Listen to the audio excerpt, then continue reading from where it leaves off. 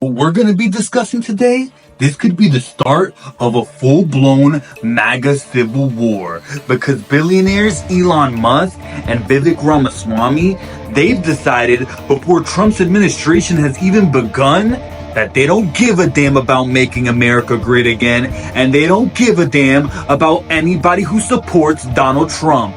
They only care about preserving their own personal wealth. And if they have to spit in your face and stab you in your back to do so, they will not hesitate.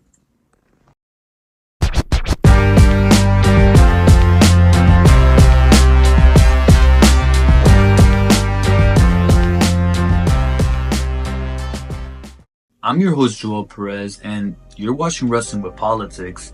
Today, we're going to be discussing this entire online controversy over these H1B visas. Now, for those who don't know, these H1B visas, they're a government program which allows corporations to bring in migrants from anywhere in the world to work American jobs, typically under the impression that the employer will cover the cost of that person's visa in return for their labor, and that person will eventually become a permanent resident of the United States. Now, this entire controversy started when Elon Musk, of all people, started running his mouth on his own social media platform X. Musk stated this on his platform X regarding the H1B visas. Quote, "The reason I'm in America, along with so many critical people who built SpaceX, Tesla, and hundreds of other companies that made America strong, is because of H1B. Take a big step back and F yourself in the face. I will go to war on this issue, the likes of which you cannot possibly comprehend." And Elon Musk, he wasn't done there, because Elon has now begun banning the accounts on X of those who disagree with him, certainly the opposite of free speech. And Elon has even gone as far as to create an alternate account under the name Adrian Dittman. And I want you to listen to this next clip very carefully, because in this clip, Elon Musk, who's very clearly doing a bad job at hiding his identity here, he reveals on this X Spaces live stream exactly how he really feels about the MAGA movement. Ironically enough, some elements of the extreme legacy MAGA movement will have to deal with it as well, because that's how it is. And don't hate the fucking big tech bros, because out of all of them, Elon is the only one that's giving all of these crackheads a fucking voice. I want you to try and pull that shit on fucking Facebook and see how long you last. You ungrateful motherfuckers, seriously. You keep crying censorship this, censorship that. You're not censored, your takes just suck. Get over it, and get over yourselves. Honestly. I'm not an enemy of anyone, but if you hate me for saying this, so fucking be it. I don't care. I'm part of what's new. You get to make that choice yourself. Do better. And in this clip, Elon Musk, in his pathetic attempt to hide behind this alternate account, he reveals exactly how little he thinks about the MAGA movement and all of Donald Trump's supporters, because he literally talks down to people here like they're children, and he literally calls those who he disagrees with ungrateful motherfuckers who need to do better. So this reveals a lot, and it exposes Elon Musk as somebody who will be with you as long as you agree with him, but the moment that you disagree with him, you're out. And that's exactly what happened in this situation.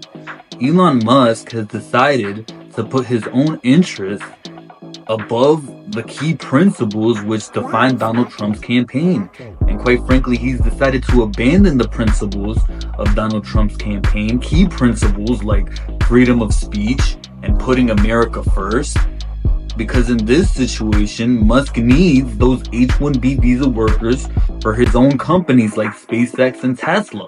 But that begs the question, why does Musk need immigrant workers? Why can't he hire American workers to do these jobs?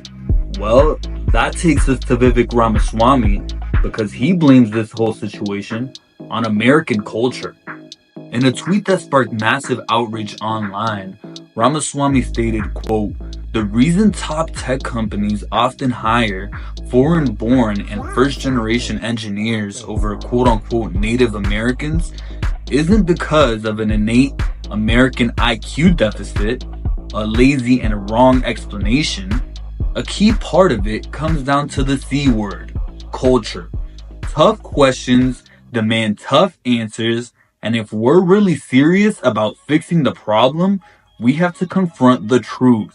Our American culture has venerated mediocrity over excellence for way too long. That doesn't start in college, it starts young." Vivek continues here. He says, "A culture that celebrates the prom queen over the math Olympiad champ, or the jock over the valedictorian, will not produce the best engineers. A culture that venerates Corey from Boy Meets World or Zack Slater over Screech and Saved by the Bell will not produce the best engineers. More movies like Whiplash, fewer reruns of Friends. More math tutoring, fewer sleepovers. More weekend science competitions, and fewer Saturday morning cartoons. More books, less TV. More creating, less chilling. More extracurriculars, and less hanging out in the mall." And finally, in this very long tweet, Vivek wraps up here saying, "This can be our Sputnik moment.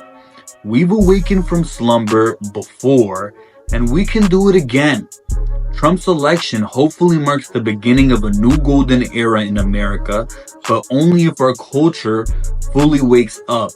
A culture that once again prioritizes achievement over normalcy, excellence over mediocrity, nerdiness over conformity, hard work over laziness." And this is particularly where Vivek loses the plot here. He says, "That's the work we have cut out for us. Rather than wallowing in the victimhood and just wishing or legislating alternative hiring practices into existence. I'm confident we can do it." So while many of the things that Vivek says here might be some sound personal advice that you can apply in your own real life, when it comes to bringing this discussion over the need for foreign workers and blaming it on American culture, it's extremely insulting, because basically what Vivek tries to say here is that American workers are too uneducated and too unqualified to fill these positions. And instead of providing Americans with the proper incentives, with the proper training, and with free public education that would be required to fill up these shortages, Vivek rather lied to your face here, because the real reason that these companies are dying to hire these H1B visa workers is because they can hire these workers at lower wages, and workers who are under these visas, they can't necessarily quit their jobs, because they quit their jobs and they lose those visas and they get deported. So it's not because of American culture, it's because these American companies, they have no incentive to hire American workers when they can just import migrants from anywhere in the world for cheaper.